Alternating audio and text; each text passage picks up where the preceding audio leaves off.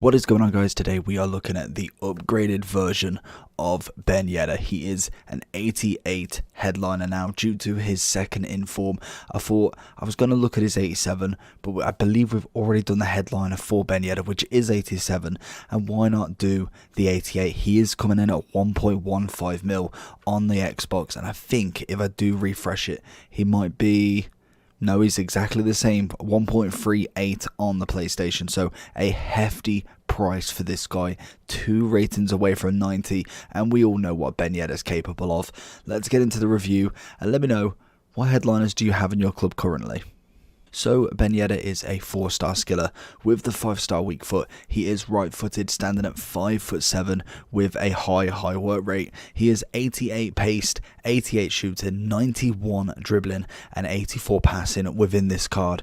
Physical wise is non-existent. Obviously no defending, which is fair enough. We've not got any long shots, long passing, but everything else is absolutely insane. In terms of traits, he's got outside of the foot shot and flair. The only thing that I would love with this card is the finesse trait. That would make him just an absolute baller in front of the net. In general, 1.2 mil practically. If you put it 1.25 mil, if you're kind of averaging between the two, is probably worth it. I think Ben Yedder, at the minute, because he's brand new in terms of this card, and obviously you can't get the headliner anymore, he will drop down, and I think right now I wouldn't say go buy, especially with Team of the Year round. I would never say go and spend over 1 million coins on a player when you can just go and do upgrade packs. And yes, Team of the Year, it's very difficult to pack them, but I think it's the chance that you get, and the fact that it's just one big SBC day or SBC weekend, weekday, whatever you want to do it. It is just a phenomenal time to give you that hope to try and get a Team of the Year. So if it was between getting a Ben Yedder 1.1 million or opening practically almost 1.1 mil of upgrade packs, I think it'd be worth trying to get that Team of the Year, because you could have someone who is 10 times better than this Ben Yedder. Obviously, it's very difficult to get a Team of the Year, so don't expect to do 50-60 packs and get it. I literally did 72 hours worth of grinding last year, and I managed to get 2, and one was Trent, one was Allison. So realistically, not even the value, even slightly, to what we actually put in for that SBC. But Team of the Year is around the corner. Ben Yedder's got himself his first upgrade. He's still got the chance for the 4 matches in a row, so obviously that's going to be a massive one, taking him up to 89, and all he needs then is one more performance-based card to take him up to a 90. But let's look at some gameplay and see what Ben Yedder's all about.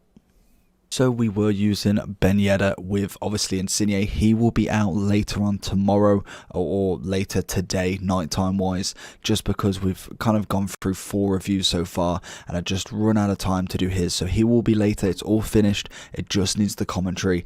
Ben Yedder doing what Ben Yedder does, very quick on the ball, nice little pass on him. He has a shot and a half, but I think he is not necessarily inconsistent, but I think if we kind of compare him to last year a little bit, he isn't as, not as meta, because he's still phenomenal, but just not as clinical in front of goal. Could be just a couple of bad games. We did manage to get a penalty with him, and he did Penenka the keeper, which is just a fan favourite right now. But overall, just fantastic on the ball, always to be able to be found. We see a lovely ball across there, and then it's just a simple tap in across keeper, and he does score quite a few. It is just mainly them kind of like audacious attempts. Doesn't necessarily get majorly close most of the time, and sometimes I like to be able to just have a hit and hope and know that they're going to really hit the target. He normally kind of hits it wide or hits the bar post, whereas some players just absolutely rocket it and it just goes straight in. It's just what happens. But Ben Yedder played really well. I thought he was a good player, managed to score quite a few goals and just did his business really. Is he worth 1.1 mil though? I think that question's up to you if you've got the coins.